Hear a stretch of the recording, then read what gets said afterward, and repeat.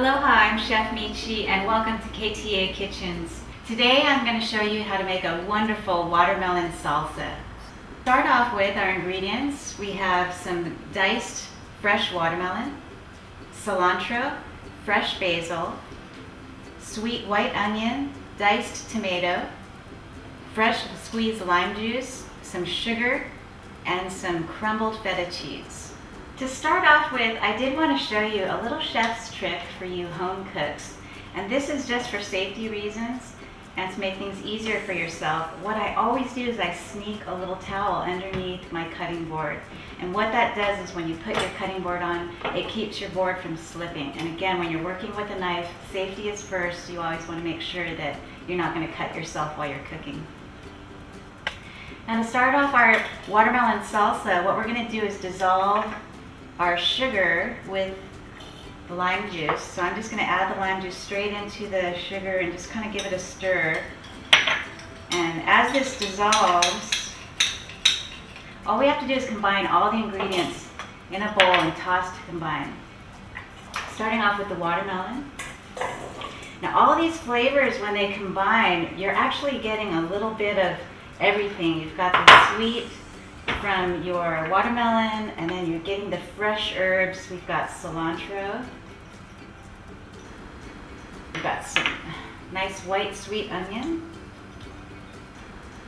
tomato, and I'm going to show you a little trick. The basil, what you can do, it's called a chiffonade. It's a very fancy word, but it's so simple. All it means is taking the basil leaves and you stack them up just a few at a time.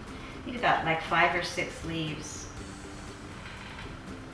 And all you do is you roll them up. And what this does is it just, it's faster for you, but they make a really nice, thin, decorative herb.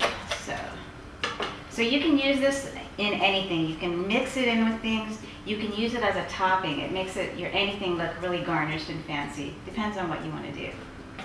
So I'm just going to add this in to the salsa. So meanwhile, my sugar is just dissolving in that lime juice, and by the time I'm ready for it, it's going to be fully dissolved and ready to stir in.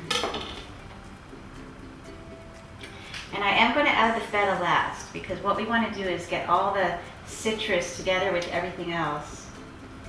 And then the feta will kind of sit on top of it. I like to do that. That's just a trick that I always use.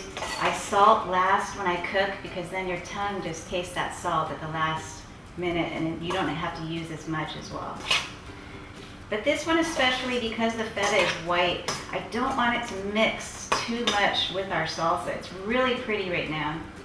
You can see the combination of the red and the white and the green. So as you're getting everything into your bowl for serving, I like to put a little bit more lime juice just on the top for a little additional flavor. And my preference is to put the feta cheese on last. That makes it so the cheese doesn't make your whole salsa look milky. The white will just pop off of all those beautiful colors that you've put together. And there you have it. A beautiful watermelon salsa with all those wonderful flavors put together.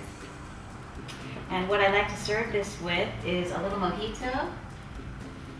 It has some lime and some mint in there. It's just going to contrast with that watermelon salsa perfectly.